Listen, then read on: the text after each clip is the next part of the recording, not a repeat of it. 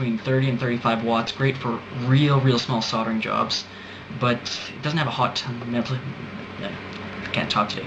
It doesn't have a hot melting temperature at all. So if you're doing any kind of large joints, it's not the guy for you. So we go to the other end of the extremes, and we've got the soldering gun. Now these guys are great for real hot applications.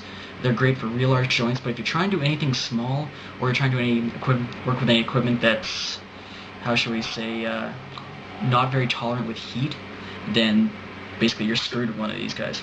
So we like to go on something with the middle, which I've actually already got set up at my soldering station. However, it is what we call a variable wattage soldering. We got a little dial down here that gives us a different temperature range, so we can choose how hot we want it to turn heat up to, what types of solder we want to work with, etc. And it's got a real nice small point, so we can work with smaller joints. Now, I personally don't like this model because it's got a very long neck, so it's a little difficult to work with, but if you can find something out there, Weller brands and stuff like that, I mean, this is a $25 Canadian fix, whereas you can go upwards of $180, so, you know, for the price you're getting, it does the job. Alright. So that gives you an idea of your soldering irons. I mean, for the most part, I say around 45 to 50 watts is generally a nice area to do soldering, but once again, that's dependent on the joints that you're doing and the small stuff you're working with. Alrighty, your next best friend, alcohol. Now, this is, in this case, is isopropyl. You may know it as rubbing alcohol. It's purely, in the end, you're wanting to clean off all your joints. You want to make it the nice clean solder. You want to make there be no dirt in your joints. You don't want any particles in there that could basically cause you not to get the best connection, because that's what we're going for, is the best possible connection with the least possible chance of damage. So with these guys, in combination with a standard little brush of some sort, you just go, it would allow you to scrub off your joints, make them all clean, make them all perfect. You're also going to need it clean for what some people love, some people hate. I personally think it's great for making it look nice. Flux. Simply put, it's tree sap. What does it do? You apply heat to it. Wherever it's touching, it transfers the heat like water. It's like boiling a cup of water. You attach heat to one point, it goes and distributes it all around. That's really nice for when you're trying to get a joint and you have this whole solder platter of some sort, and you basically want to go and you want to share the heat around so the solder will spread out nice and evenly instead of just staying chunked in one spot, or even on your iron. It happens. And to be honest with you, those are the basic tools, I mean, to doing soldering. There's a lot of extra pieces of benefits. I'll be showing you. I might be using this guy, I might not. This is what we like to call a third hand. Now, I actually went and added on my own little third hand to give it a fourth hand in essence. These guys you can pick for about $10 American down at your local Radio Shack, or up here in Canada they call it the Source. And the whole idea is, when you're doing a project, you want to be able to hold it in place. So, got a board here, got a whole bunch of crap on it, want to add something to it, we can go and clip it on so that it's anchored in place, so that it literally acts like a third hand. You can hold your iron. Up to this point, you can be feeding in solder with your other hand, and you don't have to hold this in place and worry about it falling out. So, that's an extra little benefit to it. Alright, so now, we got our tools, but once again, tools are tools.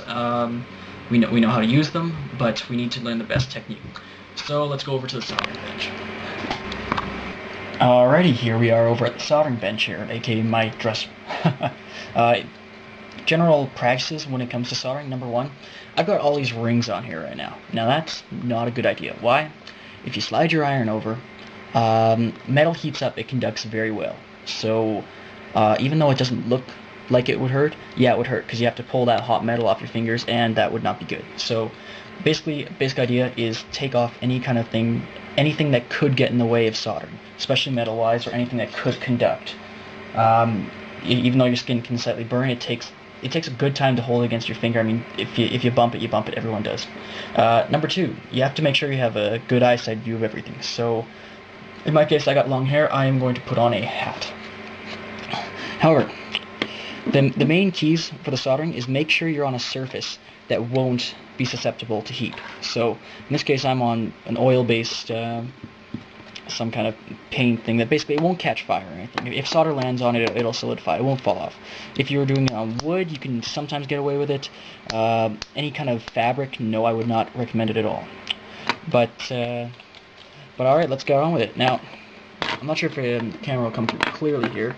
We can see my board. It looks relatively good, but some of these joints in here, the board, really in essence, is quite dirty. You can actually see there's some burn marks right around this area right here. So that's where our alcohol comes right in hand here. We can actually just use it in there. And the nice thing about alcohol is it's got a low boiling point, so it'll basically evaporate right in our air. So you can get right in there and scrub all you want. Be really vigorous about it, because we want it to look as clean as can be. We want it to be as clean as we can be, so that we don't have anything on there that could catch, burn, and give you bad fumes. Now, one thing I didn't mention before is you want to be in an area that's very well ventilated. Why? These are toxic fumes we're working with. This is metal. This is flux. So we got literally evaporated tree sap in the air. Not good for your lungs. So, by the way, this board that I am working on here, it's actually an old transformer here. So I'm just going to be soldering on a capacitor here to show you how to do it on. The fact is, I am not actually doing this to actually use it for any reason. So I'm just going to solder it to the best looking joints in here, and that's one thing. You want to make sure you're always soldering to the right point and know what you have ready. Plan it all out before you even do it. Haven't even turned my iron on yet. Clean her all up. So today we're going to be working with our standard little capacitor. In a later episode I will hopefully talk about the basics of capacitors and electronics and stuff, just in case you don't understand. Well, this is an electrolytic capacitor. This little guy here, it's polarized, so it means the electricity goes only one way. So when you're soldering these, you want to make sure you get it the right way. If you get it the wrong way, they're not good. But for this demo, it doesn't matter, because we're not using it. So, board's all cleaned up here.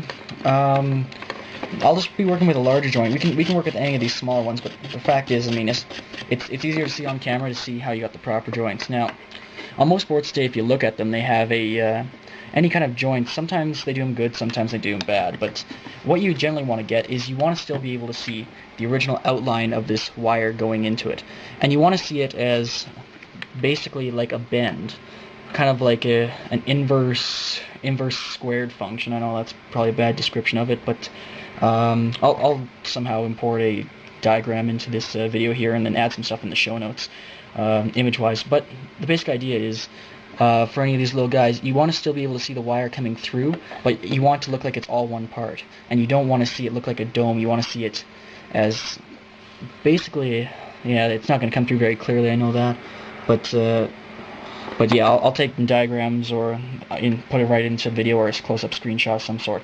But anyways, now my iron, I think I'm still waiting for it to heat up here. This one little accessory here that I'm actually using right here, it's a little holder for my soldering iron, and it's really nice because it allows you to hold the iron when you're not using it, and as well, a little sponge down here. How it works, you just soak her up, and then when once you're done doing soldering, clean off the tip, make it look nice. In my case, yeah, I'm getting a high wattage here, so, and as I said, it doesn't hurt to go over, because what the temperature is going to determine is how fast your solder melts. There's different temperature solders and such, but for the idea today, we're just going to, actually I'm going to show you both. You know what, I'll show you desoldering and I'll show you soldering. So, let's get a hole here ready. Let's say we want to desolder the power adapter in this case, because there's many use of these adapters. If something goes wrong with any kind of board and you don't want to fix it, or you have a project idea for it, well, you can just take these things right off. So you clean it right up. One little accessory I didn't show before. This is called solder wick. Now, how does it work? It's simply put coiled copper wire. When you put solder on there and you apply the iron to it, it sucks the solder right out onto the wire. You snip it off, you throw it out. Dirt cheap stuff, excellent to work with. So, let's see here. I apologize, this is the first time I've been setting up this camera view, so I have to keep checking to make sure it looks good. So, now we are going to go and say we're going to take off one of these joints. Now, I'll hopefully be able to, in the post-editing, zoom in on how this looks. But right now I'm just pre-fluxing them. I'm going to be rushing this just so we're not going to be sitting here all day watching me do this, because it's a slow process. You want to take your time on it. You want to make sure you do it right. If you screw it up, sometimes you can't go back. Sometimes you can, sometimes you can't. So now we fluxed up the joints here. We got our iron. Place the iron up to it. See your smoke there? And she will suck right up.